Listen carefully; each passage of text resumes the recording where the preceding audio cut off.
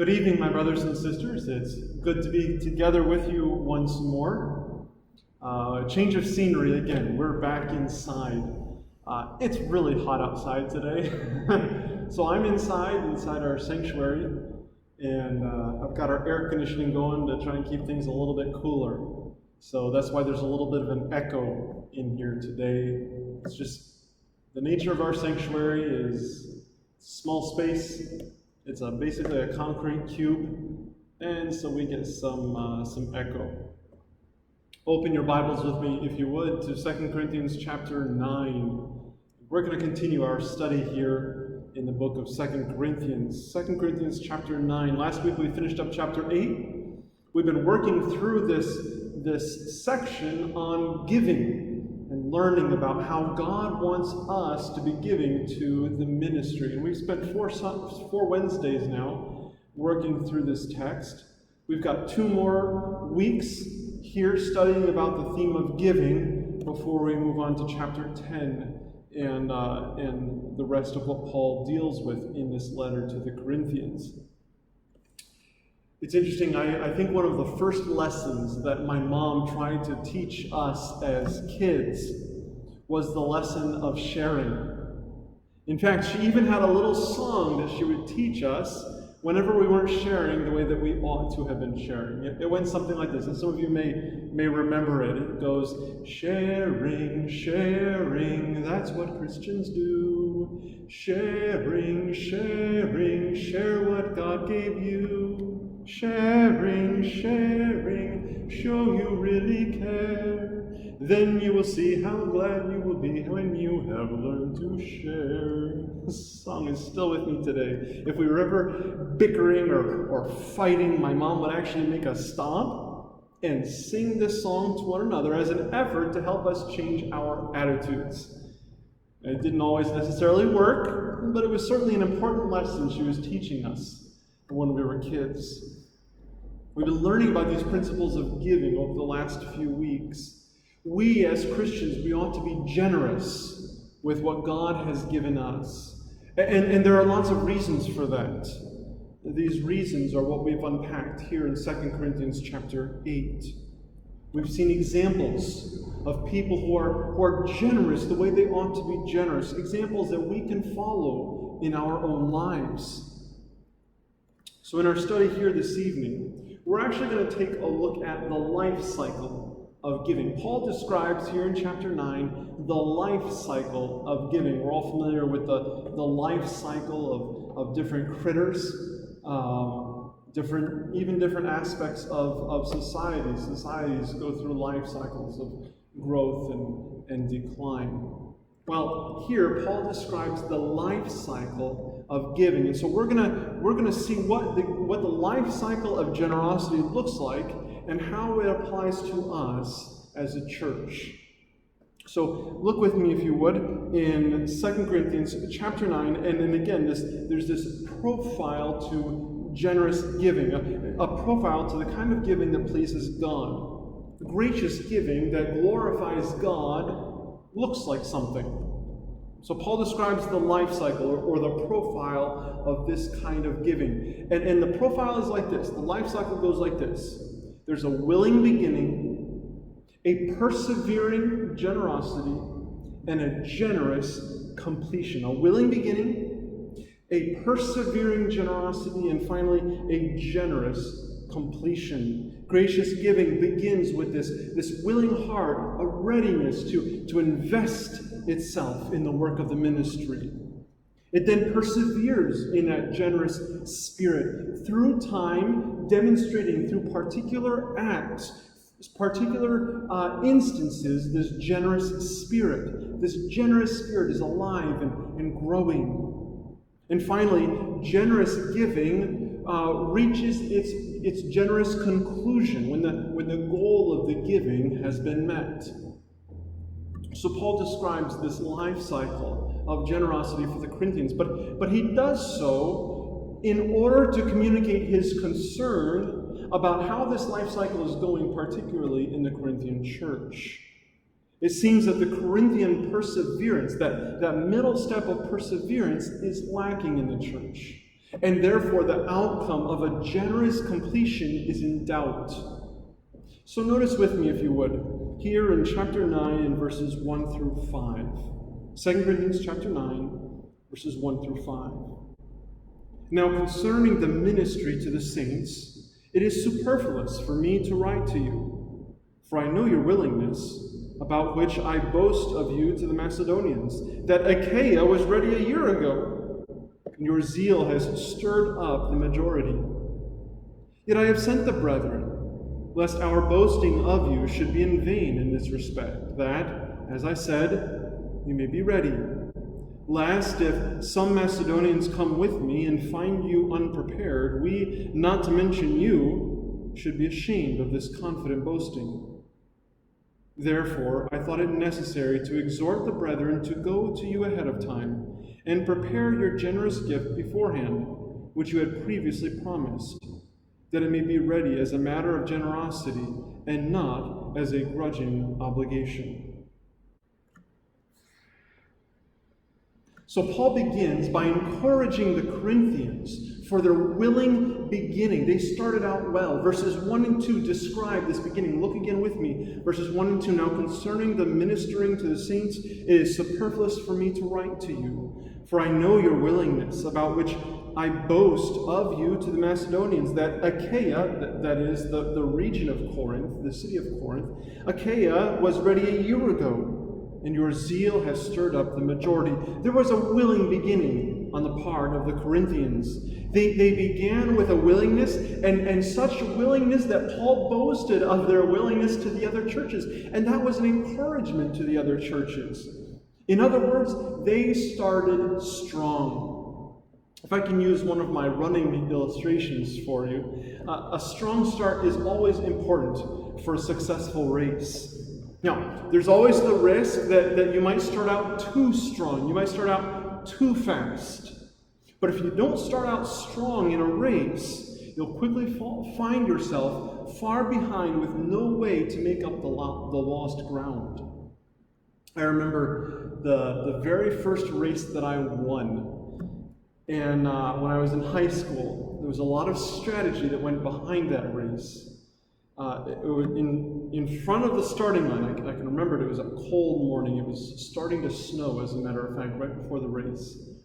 And there was a long start line, and in front of the start line there was about a 100-yard stretch of just straight field.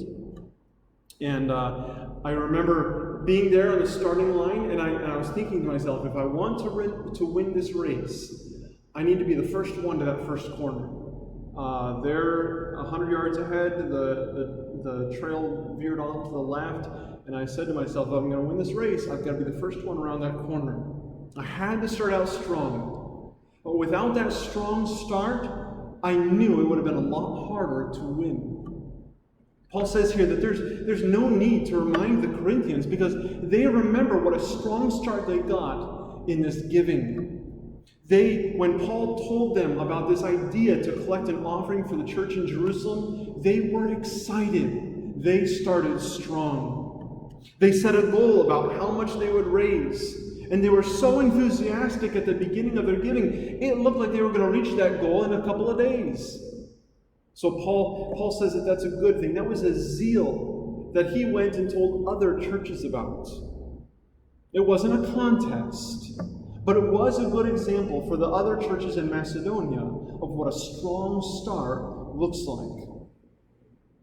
But sadly, that willing attitude did not continue.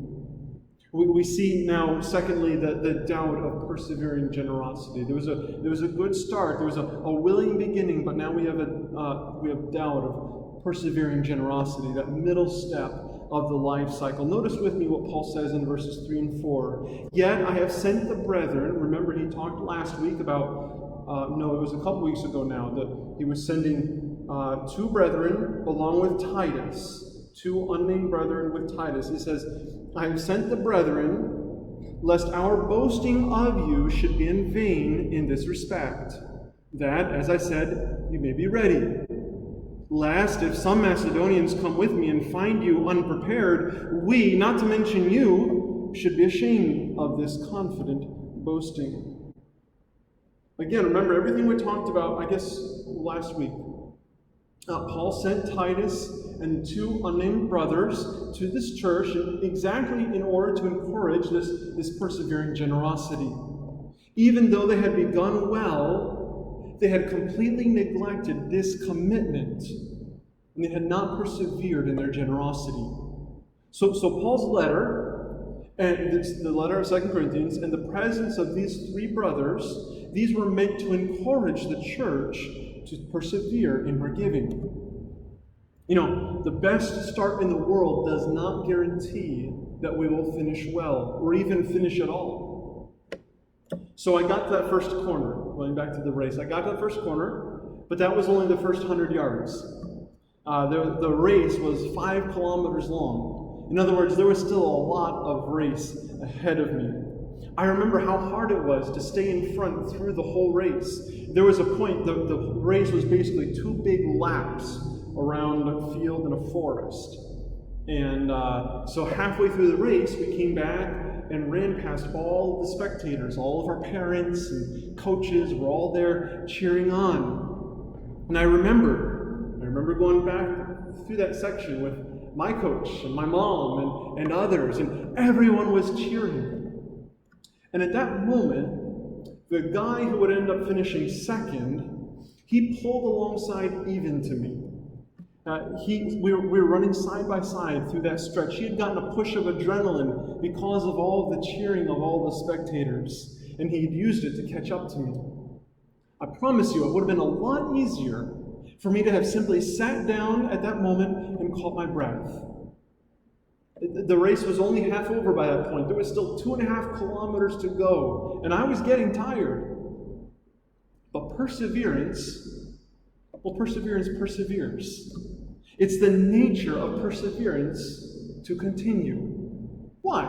What's our motivation? You know, it's interesting. Paul brings up here the question of shame. Notice he says, "Lest if some Macedonians come with me and find you unprepared, we, not to mention you, should be ashamed of this confident boasting." We don't persevere mainly to avoid shame. Not being embarrassed should not be our main motivation for perseverance. But certainly there is an element of shame and embarrassment that's involved in this equation. If I had sat down halfway through the race because I was tired, I would have thoroughly embarrassed my coach, and myself for that matter. I wasn't trained to sit down when I got tired. I was trained to persevere through exhaustion. In the Christian life, our failure to persevere brings shame not only on us, but also on those who have been teaching us. That's what we see in this verse. The nature of the Christian life is to persevere in grace, including the grace of giving. So when we are tempted to quit in our persevering grace, it will bring us shame. Not the temptation, but the actual quitting. If we quit, it will bring shame on us. It will bring shame certainly on our Savior. It will bring shame on those who have been teaching us, discipling us. And so then we find finally this exhortation to finish well. The Corinthian church set a good example for beginning well, beginning in generosity. They were faltering in this middle step of the life cycle and persevering in generosity. And so Paul is now going to encourage them, exhort them to a generous completion.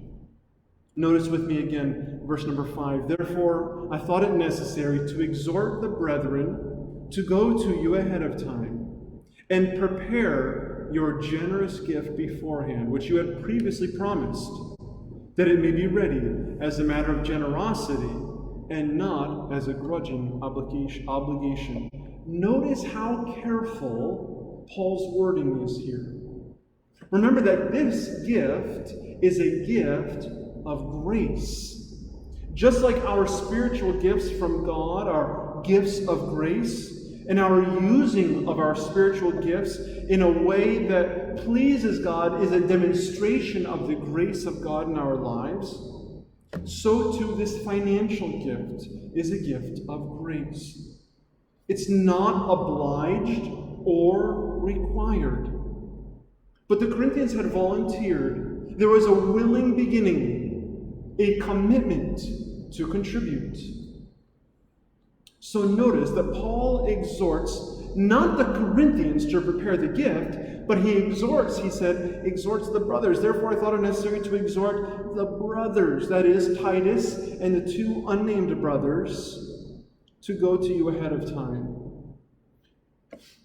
Paul is not exhorting the Corinthians to give. He's not requiring the gift from the Corinthians. This is important to observe here. Because if Paul requires the gift from the Corinthians, it's no longer a gift from grace. Do you remember the principle of grace that Paul taught back in the book of Romans? In Romans chapter 11,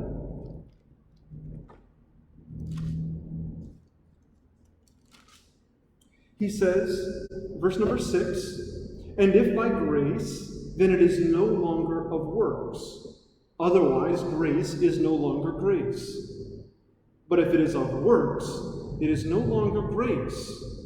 Otherwise, work is no longer work."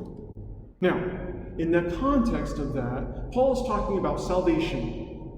But there's actually a general principle that's at play as Paul talks about the nature of grace and applies it to, as we think about that principle and apply it here in 2 Corinthians. If something is on the basis of works, then it is something being required. There's a sense of oughtness. There's a sense of you must do this. If something is on the basis of works, if there's something required about it, then it is not gracious. Those two things are separate, Paul says. It is either of works or it is of grace. It's either offered willingly of grace or it is required and obliged. That's the word I was just looking for, obliged. And so if God had to save us because someone told him to save us, or because we did something that somehow merited our salvation, then God is no longer saving us on the basis of grace, but on the basis of works. Likewise, if the Corinthians gather this financial gift because Paul told them to, Paul is making them do this, then it would no longer be given on the basis of grace, but on the basis of works. They were told to do it, so they were obliged to do it. But obligation is not grace. And the whole point that we have been seeing over these last few weeks in our study of giving is that our giving is gracious giving. It is not obliged, it is gracious. It's not on the basis of works, it's on the basis of grace. So Paul tells the church not that he's exhorting them, but that he was exhorting the three brothers, Titus and the two others, to go and, what is the word he says? Encourage you. Therefore, I thought it necessary to exhort the brethren to go ahead of time, to prepare your generous gift beforehand. This is not an exhortation, it is an encouragement. Preparing the gift beforehand. This gift must still be a gift of grace from the Corinthians. It must not be reduced to a requirement of the law, even a law coming from Paul. What happens when the gift comes from a requirement of law? Notice, Paul says that it may be ready as a matter of generosity and not as a grudging obligation. Notice how God is concerned not merely with the gift itself. God hardly needs our money. God is concerned with the heart of the giver. Our giving must come from a heart of grace and generosity and not of grudging obligation. Do you like obligation? We try within the church, we try to communicate generosity and willingness. But we also try not to take advantage of people. We've probably all been caught off guard by this at one point in time or another. Someone, for instance, someone offers their gift, their talent in the local church to their brothers and sisters in the church. For instance, personal example, we got here to Brazil 5.5 years ago, and we were ignorant. We were completely ignorant. We knew nothing. And we knew very little of the language. We knew nothing about the way things are done here. People just people live their lives differently in other countries. Simple things like how people run their wiring, how people run their drains. Like the simplest things are just different here. And we arrived not knowing any of it, not understanding any of it. And I remember that in the churches the church that we were a part of down in São Paulo when I first got here, there was a gentleman who offered his talents in electricity. He was an electrician. Well, we were staying in a rented house. We were renting the house, and a formal contract, the whole bit. And this house was running on fuses, so it was very old electric. It was a nice enough house, but it was old. And so there were some things that the wiring simply couldn't handle a refrigerator. I don't know what happened before we got there, but for our refrigerator to work, they had to run new wiring, thicker wiring. This was like really, really, really thin gauged wiring. So they had to redo wiring and some other stuff. And this guy from the church was very generous with his time, very willing to help us. But it got to a point after a while where it felt like we were abusing him. We knew so little. I was so incompetent to do anything. We didn't understand this at the time. They don't have hot water heaters in Brazil. There are no hot water heaters. If you want hot water, they've got this little contraption. They either put it on, normally you find it in a shower. The really rich people will have this also on their sink in the kitchen. But it's a little contraption that heats up the water right there in the unit before the water comes out. It's got electric wires coming into it. It's got a heating coil inside of it, and then the hot water comes out. Well, I didn't understand this when we moved in. First of all, I thought that hot water in your sink was normal, right? I mean, we're from America. If you don't have hot water in your sink, there's something wrong. And so I thought, when we moved into the house, that it was the normal thing. Everybody's got, this house had a little thing. It didn't work when we moved in. I thought it was supposed to work. So I called this guy, Jose was his name, Joseph. I called him and he came down and with a bit of patience, he got it working again, but I'm sure he was wondering why the Americans need hot water in their sink. Nobody has hot water in their sink. Nobody needs hot water in their sink. There were just a lot of things that in hindsight, I'm sure it got to a point, and I remember feeling embarrassed, like, I've got to call Jose again and ask him for this or that, the other thing. People are generous. They're willing to use their gifts, their talents, but on the other hand, it kind of gets to a point where you feel like you're taking advantage or abusing that generosity. Have you ever felt like that?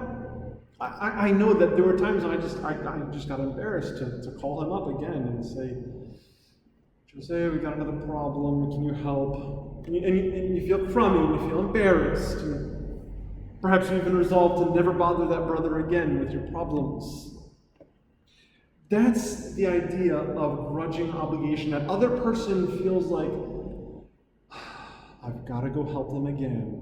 That's the attitude of grudging obligation. I'm sure you understand what I'm talking about.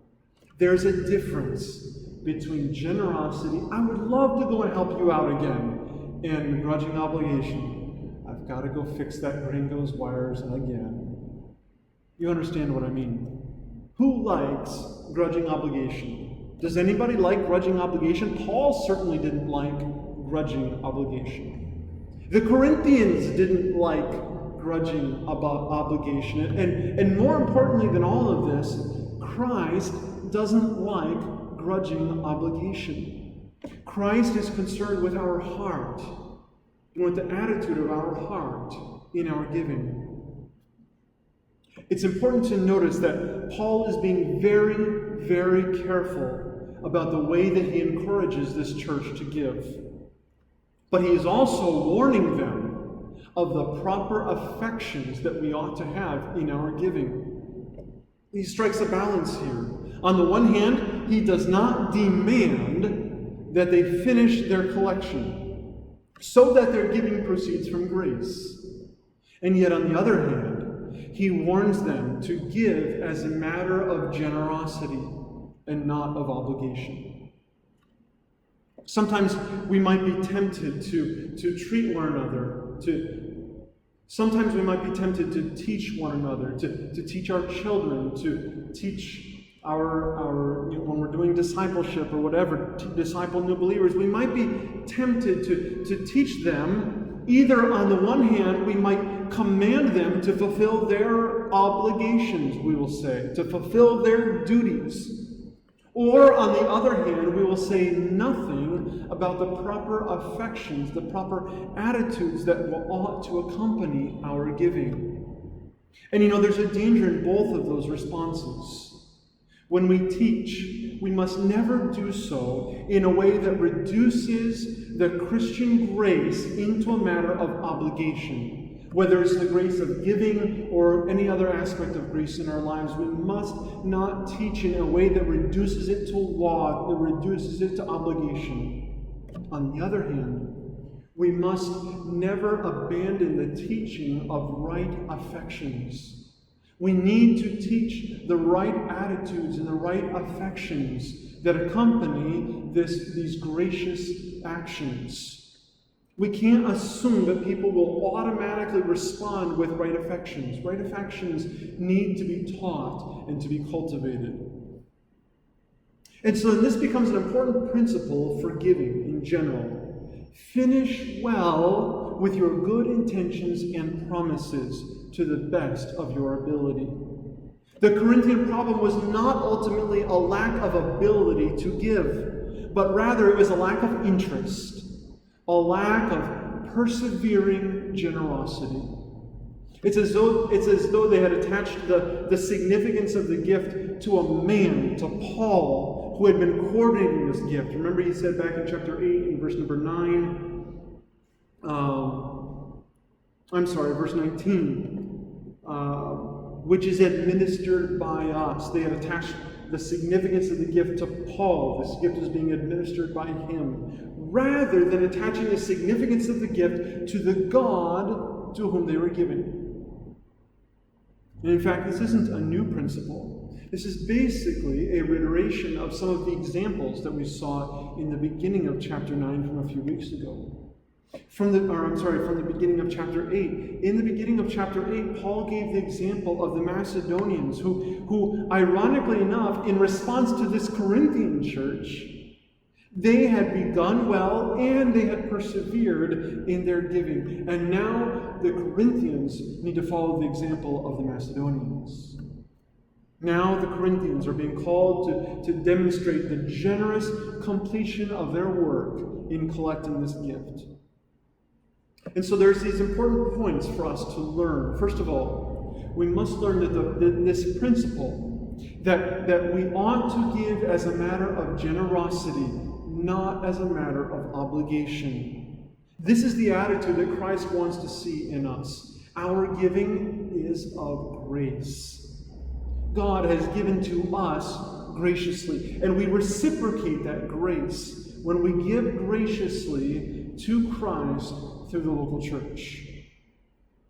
But it's not enough to just give generously.